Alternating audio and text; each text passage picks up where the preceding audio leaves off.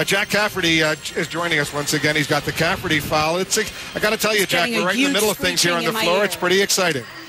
Indeed it is, and we have this week with the Democrats and the Republicans. I assume you'll go right from Colorado to Minnesota, right? Friday morning, very early, we're flying from Denver to St. Paul. We'll do exactly the same thing next week at the Republican convention. Well, something for you to think about while you're away. There are people in Washington who are stealing things out of your office.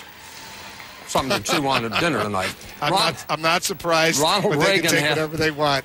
Ronald Reagan had some success with this a few years back, and things weren't nearly as crummy then as they are now.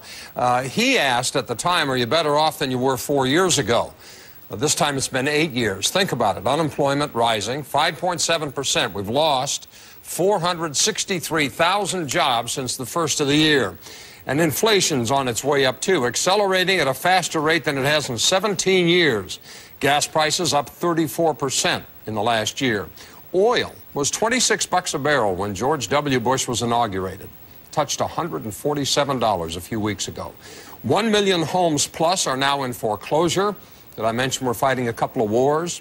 Some national comparisons between today and where things were 8 years ago. Americans' wages have actually gone down since the last recession ended. We're spending now 14.1% of our disposable income on debt. That's higher than it was in 2001. And Americans are pretty glum about the future, too. The Conference Board's Consumer Confidence Index was at 85% in 2001. It's less than 52% now. One more. A new CNN Opinion Research Corporation poll finds 75% of those surveyed think our economy's in bad shape.